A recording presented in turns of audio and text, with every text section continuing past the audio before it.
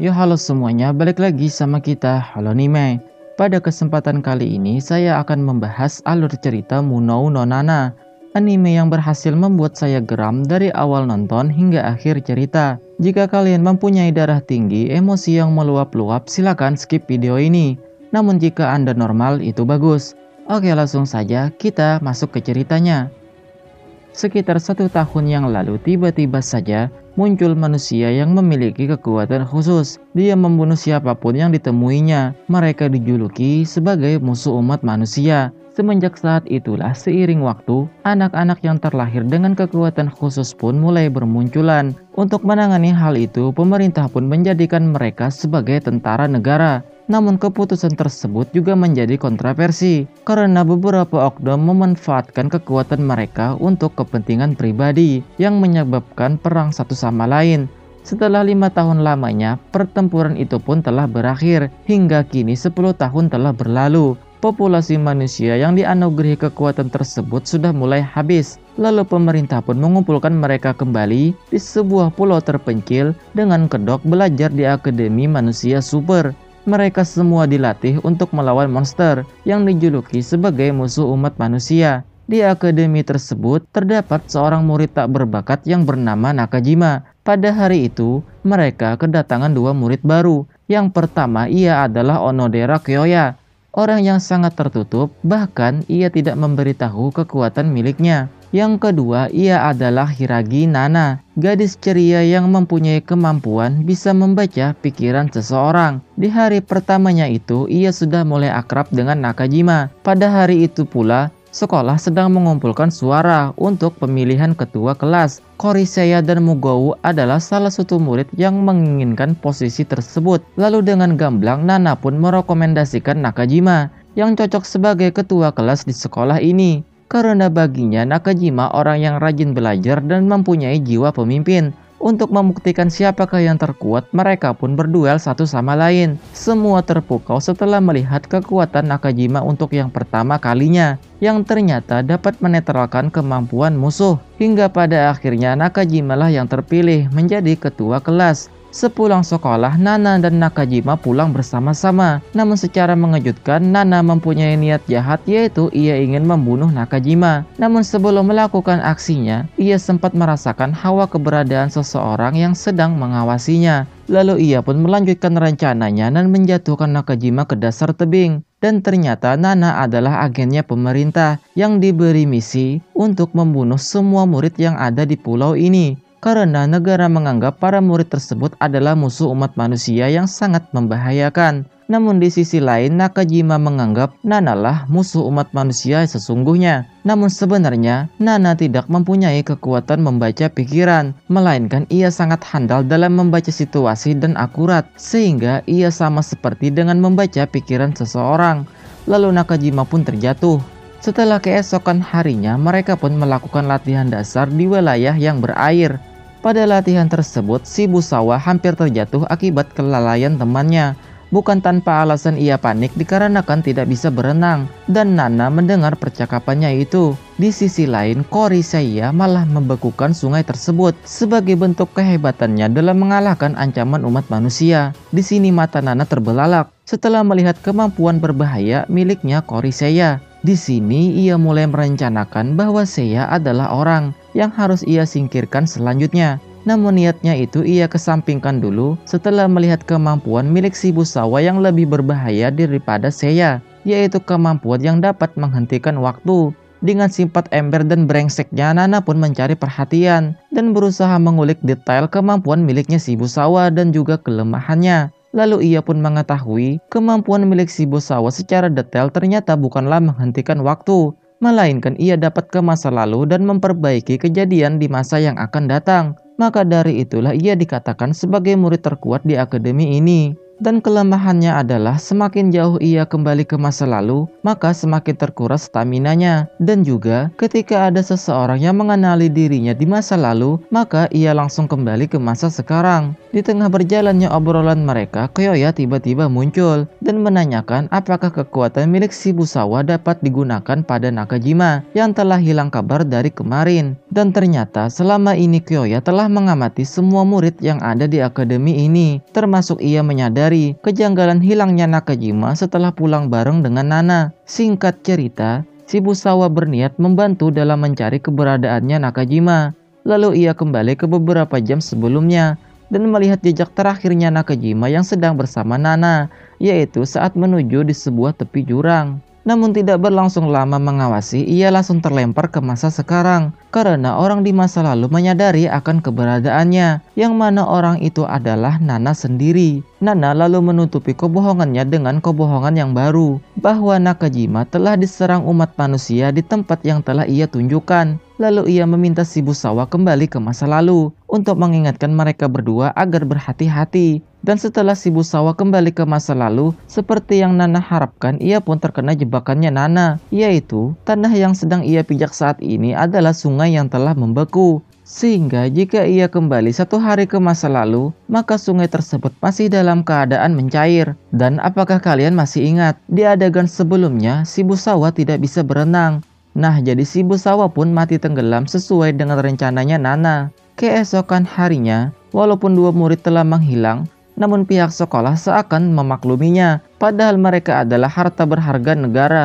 Kyoya lalu menemukan sedikit kejanggalan mengenai kematian Nakajima. Lalu ia pun melompat ke dasar jurang dan menemukan arlojinya milik Nakajima. Lalu ia pun menghampiri Nana dan menunjukkan barang bukti tersebut. Namun tak ada bukti kuat yang menunjukkan bahwa Nana adalah pembunuhnya.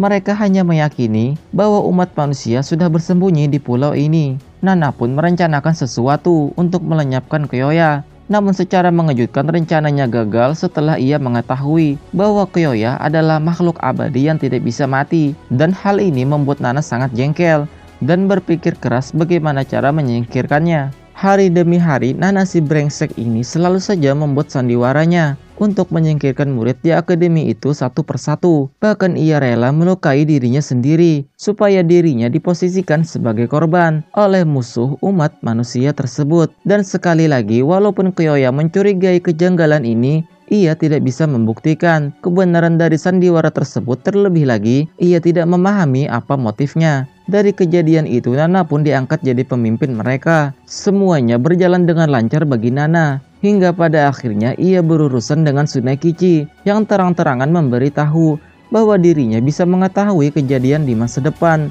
Di kejadian masa depan, ia melihat Nana sedang menyergap dirinya di ruang olahraga. Bahkan ia mempunyai potret kejadian tersebut. Ditambah lagi, ia menunjukkan foto saat Nana membunuh Nakajima. Kepanikan Nana pun semakin menjadi-jadi. Tsunekichi pun mengancamnya untuk menemaninya di kamar dan juga menjadi pacarnya sehari jika Nana tidak ingin foto itu tersebar. Lalu Nana pun mengetahui foto masa depan itu muncul berasal dari mimpinya Tsunekichi yang secara acak. Ia pun menyembunyikan satu foto yang dapat merugikannya di masa depan. Namun Tsunekichi menyadari Nana telah menyembunyikan 1 dari 5 foto miliknya yang baru keluar tadi malam. Dan ternyata foto tersebut menjelaskan bahwa di masa depan keadaan Nana menjadi terbalik. Nana masih mengelak bahwa manusia bukanlah budak takdir. Untuk memastikan hal itu, Tsunekichi pun menunggunya di ruang olahraga hingga jam 10 malam. Jika tidak terjadi apa-apa, maka ia bisa mempercayai bahwa Nana bukanlah pembunuhnya. Untuk mengelabui Tsunekichi, Nana pun diam-diam mengubah jam milik Tsunekichi dan memundurkannya selama 10 menit agar Tsunekichi tidak waspada sebelum jam 10 tiba. Singkat cerita, Nana pun telah merancang semuanya, lalu ia pun menyerang persis seperti yang ada di foto. Namun Tsunekichi tidaklah bodoh karena ia telah mereset jamnya kembali. Lalu ia bisa bersiaga dengan serangan Nana. Namun sayangnya berkat kekuatan autor anime ini ataupun manganya, Nana tetap bisa membunuh Tsunekichi menggunakan jarum beracun yang telah ia sembunyikan. Tsunekichi masih tak percaya karena di foto yang Nana sembunyikan di situ terlihat Nana berhasil ia lumpuhkan, dan faktanya foto itu hanyalah rekayasanya Nana yang ia buat seolah-olah itu dari mimpinya Tsunekichi, padahal itu foto yang ia buat sendiri. Dan foto yang ia sembunyikan sebenarnya adalah fakta tentang kematian milik Tsunekichi di masa depan. Di sini Kyoya dan Inuke segera datang ke tempat Nana. Dan seperti yang kalian duga, Nana mengelak lagi. Dengan alasan inilah diserang musuh umat manusia yang menggunakan kutukan lah. Dan di sini ia bisa diselamatkan dari tuduhan berkat foto ini. yang seolah-olah dia adalah korban. Namun Kyoya menyadari kejanggalan kecil, yang mana di foto tersebut menunjukkan lilitan tali, tidak seperti lilitan seorang pembunuh, melainkan seperti orang yang sedang melilit dirinya sendiri. Namun sekali lagi berkat kekuatan autor, Kyoya pun tidak bisa membuktikannya. Semua foto Tsunekichi telah Nana amankan. Namun foto saat dirinya membunuh Nakajima masih tersimpan di tubuh Tsunekichi. Ia pun bergegas mencari dan ternyata Inukai telah lebih dulu menemukannya. Namun Inukai dengan sifatnya yang polos, ia mempercayai semua bualan dari Nana. Keesokan harinya, saat pemakaman Tsunekichi, muncullah murid yang jarang terlihat di kelas, yang mempunyai kekuatan mengendalikan mayat. Ia bernama Shinji. Nana pun menargetkan Shinji adalah yang berikutnya. Namun ternyata Shinji selalu bersama Yuka yang merupakan pacarnya, sehingga Nana pun memutar otak untuk menyingkirkan mereka berdua. Pada malam harinya, Nana pun menyelinap dan berhasil membereskan Shinji. Dan selanjutnya ia pun menuju tempat Yuka untuk membunuhnya secara diam-diam. Dengan puas saya katakan, akhirnya Nana pun kepergok karena Shinji dan Yuka telah curiga dengan Nana. Dan faktanya Shinji telah meninggal. Namun Yuka mengendalikan mayatnya Shinji agar terlihat seperti masih hidup. Singkat cerita, Nana pun berhasil kabur dan lari ke sebuah pondok tua.